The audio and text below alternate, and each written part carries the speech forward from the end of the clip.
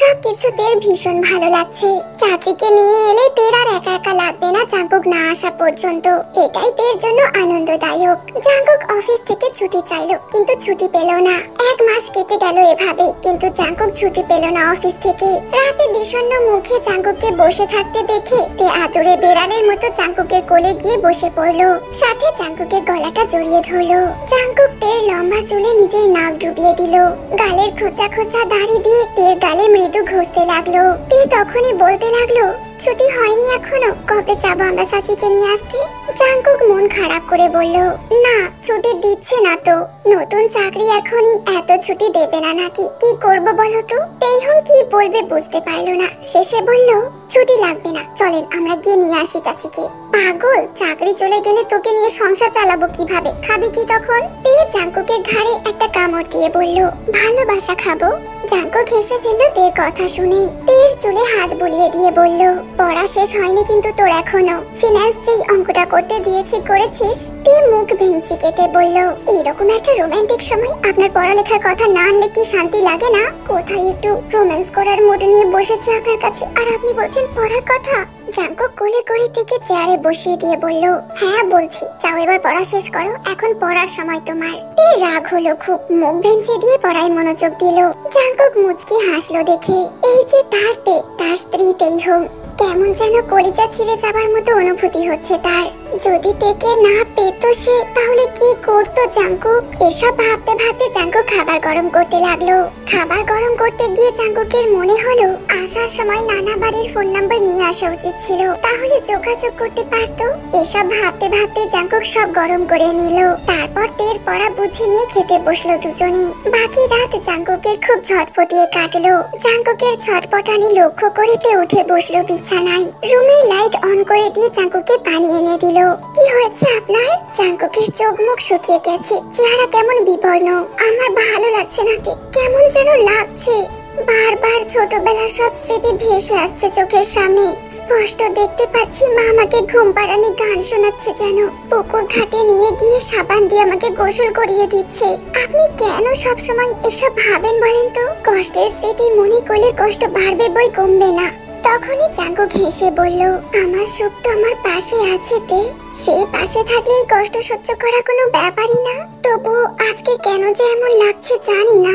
বাকি রাতটা আর দুজনে ঘুমালো না। সকাল হতে জাঙ্কুক বলল, তে চলো বাড়িতে যাই। তে অবাক হয়ে গেল জাঙ্কুকের কথা শুনে, তারপর আনন্দে চিৎকার করে বলল, আমি তো এক পায়ে খাড়া। দুজনে ব্যাগ গুছিয়ে নিয়ে সকাল 10টার বাসে উঠলো। ভাগ্য বিরূপ হলো, পথে বাস নষ্ট হয়ে গেল। জাঙ্কুকের কেমন অসহ্য লাগতে লাগলো। বুকের ভেতর চিনচিনিয়ে ব্যথা জানান দিচ্ছে কিছু একটা হয়েছে আপন কারোর। অস্থির হয়ে জাঙ্কুক পায়চারি করতে লাগলো। তে অবাক হয়ে তাকিয়ে রইল জাঙ্কুকের দিকে। কি হয়েছে এই মানুষটার? এত অস্থির কেন আজকে সে? বাস ঠিক হতে প্রায় 2.5 ঘন্টা লেগে গেল। 10টার বাসে উঠে বাড়ি পৌঁছাতে পৌঁছাতে সন্ধ্যা 6টা বেজে গেল। সারা বাড়ি কেমন নীরব হয়ে আছে আজ। বাহিরে থেকেই জাঙ্কুকের কলিজা মোচড় দিয়ে উঠলো। বাগানের মধ্যে দাঁড়িয়ে জাঙ্কুক বলল, আমি ভেতরে যাব না তে, তুমি যাও। আমার মন বলছে খারাপ কিছু ঘটেছে। তে নিজেও ভেবে পাচ্ছে না জাঙ্কুকের এই অস্বাভাবিক আচরণ করার মানে কি। জাঙ্কুকের হাত ধরে টেনে নিয়ে গেল ভেতরে। সবাই ড্রয়িং রুমে বসে আছে। বগুমের মা আর তের মা কাঁদছে। জাঙ্কুক ভেতরে প্রবেশ করতেই চিন ছুটে এসে জাঙ্কুককে জড়িয়ে ধরে কেঁদে উঠলো। তে কিছু বুঝতে পারছে না। এগিয়ে গিয়ে বড় চাচির পাশে গিয়ে জিজ্ঞাসা করলো, কি হয়েছে বড় চাচি? ন্যান্সি চোখের পানি মুছে বললেন, দেরি হয়ে গেছে রে মা, অনেক দেরি হয়ে গেছে। সানা চলে গেছে ফাঁকি দিয়ে। তের হাত থেকে ব্যাগটা পড়ে গেল। জাঙ্কুক ফ্লোরে বসে বলল, কি হয়েছে চাচি, আমাকে বলো। আমার যে অসহ্য যন্ত্রণা হচ্ছে বুকে চাচি। জিন জাঙ্কুকের পাশে লেপ্টে বসে বললেন, সেই পাশা নিজে চলে গেল এই দুনিয়া থেকে। তোর যে তাকে আর ঢাকায় নিয়ে যেতে হবে না। তার চিকিৎসা করানোর ঝামেলা আর নেই রে বাবা, সে যে চলে গেছে কাল রাতেই। জাঙ্কুকের মনে হলো সারা পৃথিবী বুঝি কাঁপছে চোখের সামনে। সব কেমন ঝাপসা লাগছে। অস্ফুট স্বরে জাঙ্কুক ডেকে ডাকলো। তে ছুটে এলো জাঙ্কুকের কাছে। তের কোলে জাঙ্কুক জ্ঞান হারিয়ে পড়ে গেল। চোখ খুলে তাকালো অনেকক্ষণ পর। রুমে তখন কেউ নেই জাঙ্কুকের বাবা ছাড়া। জাঙ্কুককে শুইয়ে রাখা হয়েছে ফ্যাজুর রুমে। জাঙ্কুক শোয়া থেকে উঠে বসলো। বাবা ছেলে দুজন দুজনের দিকে তাকিয়ে রইল অপলক। কেউ কাঁদলো না, কেউ কোনো শব্দ করলো না, শুধুমাত্র কেঁদে গেল দুজনের মন। চোখের অশ্রুপাত হলো না, রক্তপাত হলো অন্তরে অন্তরে। বাবা মায়ের সাথে আর কি দেখা হবে না এই জন্মে? আমার যে তাকে সেই মাউথর গান বাজিয়ে শোনানো বাকি ছিল এখনো। সেই যে ঘুম পাড়ানি গান, যেই গান গেয়ে মা আমাকে ঘুম পাড়াতো। কথা ছিল তো আমার মুখের সেই গান শুনে একসময় মা ঘুমাবে। আজ তবে কেন মা সেই গান না শুনে ঘুমিয়ে গেল? বাবা মা চলে যাওয়ার পর আমার একা ঘুম আসতো না। তখন আমি একা একা শুয়ে গাইতাম, তোমায় ছাড়া ঘুম আসে না মা। বাবা এরপর তো এতগুলো বছর কেটে গেল, আমি আর মাকে জড়িয়ে ধরে ঘুমাতে পারিনি। খুব ইচ্ছে ছিল মাকে জড়িয়ে ধরে আবারও ঘুমাবো। সেই রাতে মা আমাকে আর ডেকে ঘুম পাড়ানি গান শোনাবে। হলো না তো বাবা, কিছুই হলো না আমার। আমি পারলাম না বাবা মাকে সুস্থ করার জন্য একটু চেষ্টা করতে। সুবিন কিছু বলতে পারলেন না। রাতে জাঙ্কুক গেল সানাদের বাড়িতে। সানার বাবা যেন জাঙ্কুকের অপেক্ষায় ছিল। জাঙ্কুককে দেখে বের হয়ে এলেন বাহিরে। তারপর জাঙ্কুকের হাত চেপে ধরে বললেন, আমার মা তো স্বর্গে চলে গেল।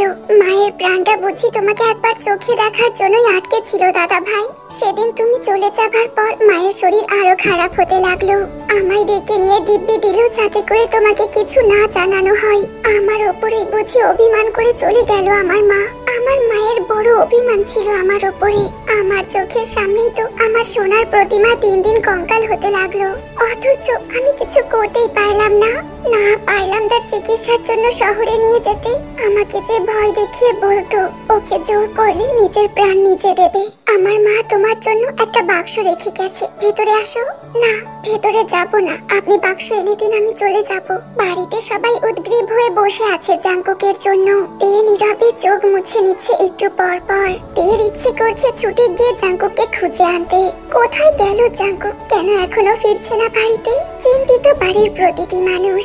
জিমিন জেনি চলে এসেছে বাবার বাড়িতে জাঙ্কুকের মায়ের মৃত্যু সংবাদ শুনে। বসার ঘরে সবার মধ্যে অস্থিরতা। জাঙ্কুক বাড়িতে এলো রাত 11টা নাগাদ। হাতে একটা কাঠের চৌকোনা বাক্স। তের হাতে বাক্সটা দিয়ে বলল, আমার মা আমার জন্য শেষ স্মৃতিচিহ্ন রেখে গেছে তে। সবার সামনে জাঙ্কুক বাক্স খুললো। ছোট একটা চিরকুট ভেতরে, মুক্তোর মতো হাতের লেখা, তবে লাইনগুলো আঁকা বাঁকা। জাঙ্কুক বুঝলো ভীষণ কষ্ট হয়েছে মায়ের এই চিঠি লিখতে। জাঙ্কুক পড়তে লাগলো, আমার নারী ছেঁড়া ধন, কত বছর পর তোমায় দেখলাম আমি। ভালো করে নয়ন ভরে দেখে নিয়েছি আজ। ভেবেছিলাম পরাণ জুড়িয়েছে এবার তোমায় দেখে, কিন্তু তুমি চলে যাবার পর বুঝলাম তোমায় দেখার তেষ্টা আমার এক মহাসাগরের সমান। সেখানে এইটুকু দেখায় কিছুই হয়নি। ভেবেছিলাম এই জন্মে হয়তো ঈশ্বর আমার কথা শুনবে না, পাপের শাস্তি হিসাবে তোমাকে শেষবার আর দেখাবে না। কিন্তু ঈশ্বর এই অভাগীর প্রতি অতটাও নিষ্ঠুর হননি, তাই হয়তো একবার দেখিয়েছেন। আজ তোমায় দেখার পর এই প্রথমবারের মতো মনে হলো আমার হয়তো আর বেশি দিন নেই। আমার প্রতি তোমার অনেক অভিমান আছে জানি। যাবার আগে তোমাকে কিছু দিয়ে যাবার ভীষণ ইচ্ছে ছিল।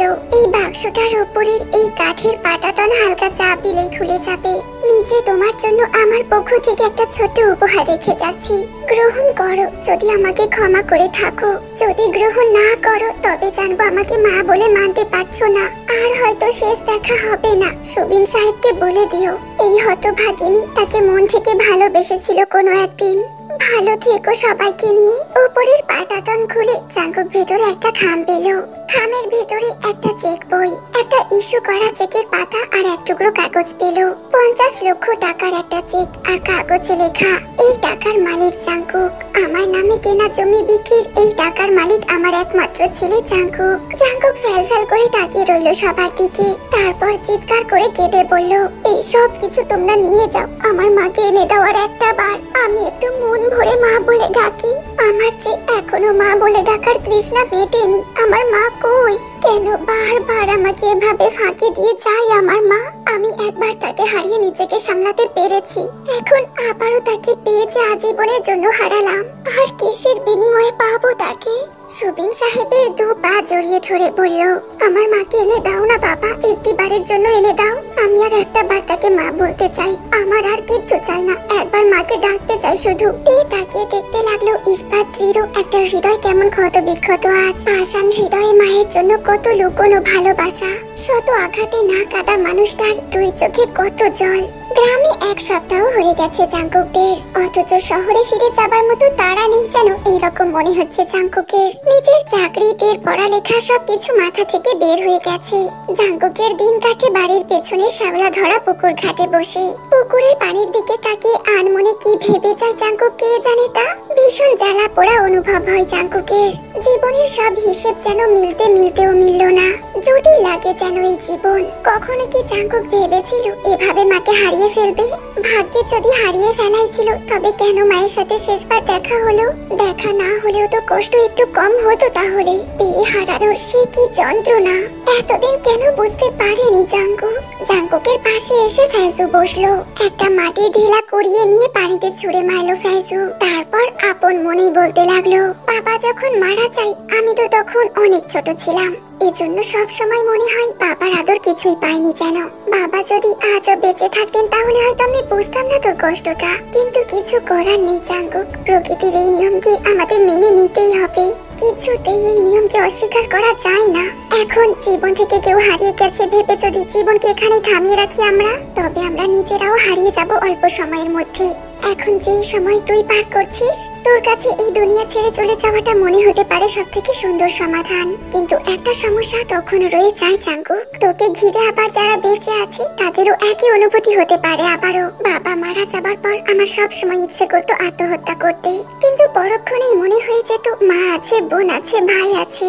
জাঙ্কুক বসা থেকে উঠে দাঁড়িয়ে ফেজুর দিকে তাকিয়ে বলল, তোর কাছে আমি কৃতজ্ঞ থাকবো ফেজু ভাই। ফেজু কিছু বলল না, শুধু মুচকি হাসলো।